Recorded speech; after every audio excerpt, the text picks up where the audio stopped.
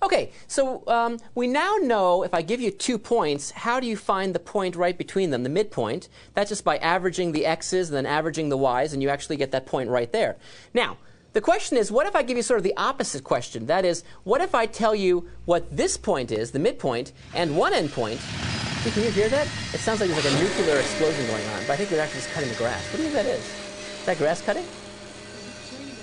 Their tree. Oh my God! A tree is falling as we speak. Now I hope it's a dead tree, otherwise we're in trouble. Anyway, I think it's okay. Look, we've got a midpoint. Suppose I give you that midpoint, and I give you one of the endpoints. How could you now use that information to actually find this first endpoint? So the question is, instead of me giving you 2 endpoints and finding the midpoint, what if I just give you a midpoint and one endpoint? How do you find the other endpoint? Well, actually, let me try to solidify this with a particular example. Suppose that we know that the midpoint is equal to minus 9, 8, and one endpoint. So one endpoint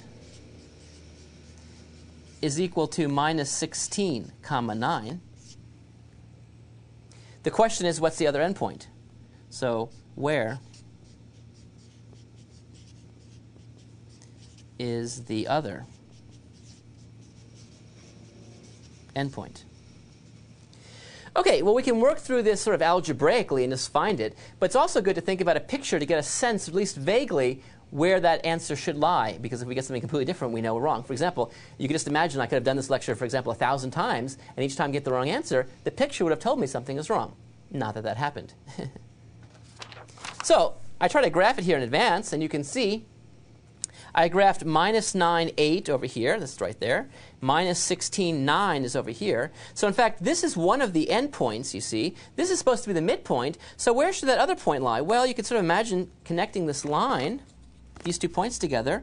And if we connect them with a line, and then what we do is just continue that line past the midpoint, so the same distance, it would give us a rough sense, like maybe right around there. I don't know, that's about it. Someplace around here is going to be the other point, and that's what we're trying to locate. So I could call that point, in fact, let me call that point x1, y1.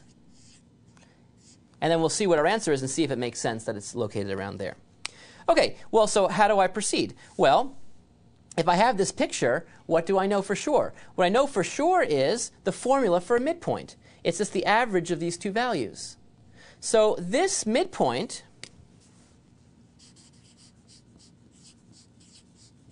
which we know equals minus 9, 8, we also know can be found by finding the averages of the x values and then the averages of the y values. Well, the averages of the x value would be what? It would be x1 minus 16 divided by 2. I just added up the 2 x values, x1 and minus 16 divided by 2.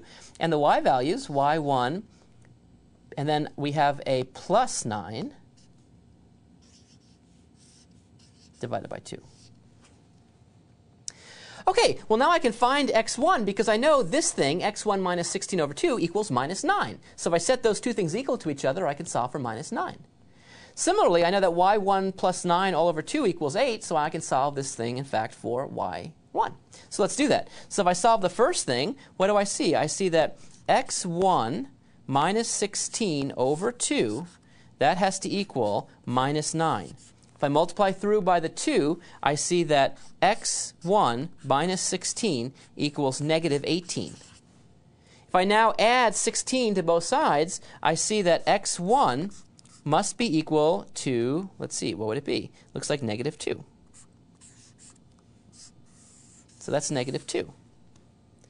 What's the y1? Well, I know that y1 plus 9, all divided by 2, that has to equal 8.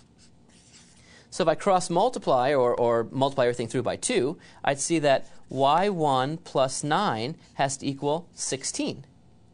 If I now subtract the 9 over, I see that y1 has to equal, I guess it would be 7.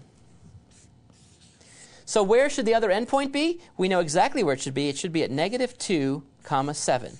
Is that answer reasonable? Let's take a look at our picture and see if that's a sensible answer. By the way, if our answer were something like 25, 36, we know that can't be right, because where would 25 or 36 be? It would be, you know, way over here, and I have to go way up. It'd be like it'd be right by my nose right now. You see? It'd be way up to here, somewhere by my nose. But that can't be right. It's got to be over here. Let's see how close we were. So we think it should be -2. And look, well, I'm not exactly right. -2 is here. And it should be around 7. 1, 2, 3, 4, 5, 6, 7. So it's actually pretty close. It seems that this picture shows that this answer is reasonable. So we figure the math is actually correct. If you work through it, it's great. The answer is the other endpoint would be at -2, 7. There you go. So you can always find the other endpoint if you just know one endpoint and the midpoint.